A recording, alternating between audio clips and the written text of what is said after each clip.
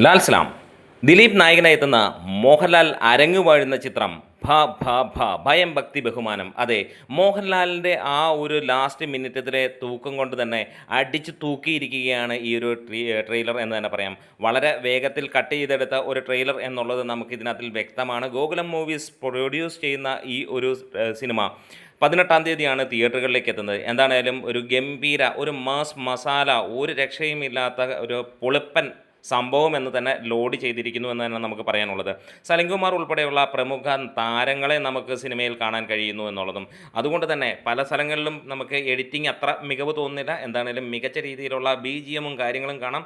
ദിലീപിൻ്റെ അഴിഞ്ഞാട്ടം, ഒപ്പം ലാലേട്ടൻ്റെ പീക്ക് ലെവൽ അഴിഞ്ഞാട്ടം എന്ന് തന്നെ നമുക്ക് കാണാം. അതെ, മോഹൻലാൽ എന്നുള്ള ആ ഒരു ഒറ്റ പേര് കൊണ്ട് ഈ ഒരു ട്രെയിലർ അങ്ങ് ആകാശം മുട്ടെ വളർന്നിരിക്കുന്നു എന്നും നമുക്ക് കാണാൻ കഴിയുന്നു.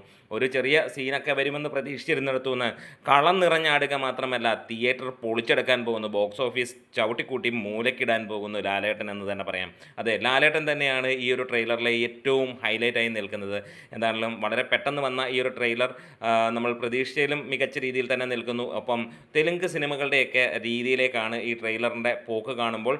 എന്താണെങ്കിലും ഒരു കാര്യം ഉറപ്പിക്കാം, ഇത് അമ്മാതിരി കൊയ്ത്തായിരിക്കും. ഗോകുലം മൂവീസ് പടം ഇറക്കുമ്പോൾ അത് വെറുതെ അല്ല. മോഹൻലാലും ദിലീപും ഒരിക്കൽ കൂടെ ഒരുമിക്കുമ്പോൾ ഒരു കാര്യം ഓർമ്മ വരുവാണ്, ചക്രം എന്ന സിനിമ. ഏറ്റവും ഗംഭീരമാകേണ്ട ആ ഒരു സിനിമ തന്നെ വേണമെങ്കിൽ ഇവർ വീണ്ടും ഒരുമിക്കുമ്പോൾ ഒരു കാര്യം ഉറപ്പിക്കാം, അമ്മാതിരി ഗംഭീരമായിട്ട് തന്നെയാണ് ഇറക്കി കാണുമ്പോൾ. ഒരു നോ ലോജിക്, വേറെ ഒന്നും തോന്നാനില്ല, എന്താണെങ്കിലും സംഭവങ്ങൾ തന്നെയാണ്. അമ്മാതിരി ഉറപ്പിച്ച് തന്നെയാണ് വരവ്. വീഡിയോസ് ഇഷ്ടമാണെങ്കിലും അവസാന നിമിഷത്തെ കട്ടും കാര്യങ്ങളൊക്കെ ആയിട്ട് ഡയലോഗും കാര്യങ്ങളൊക്കെ കാണുമ്പോൾ നിങ്ങൾക്ക് എങ്ങനെയാണ് ഈ ട്രെയിലർ തോന്നിയത് പറയാം.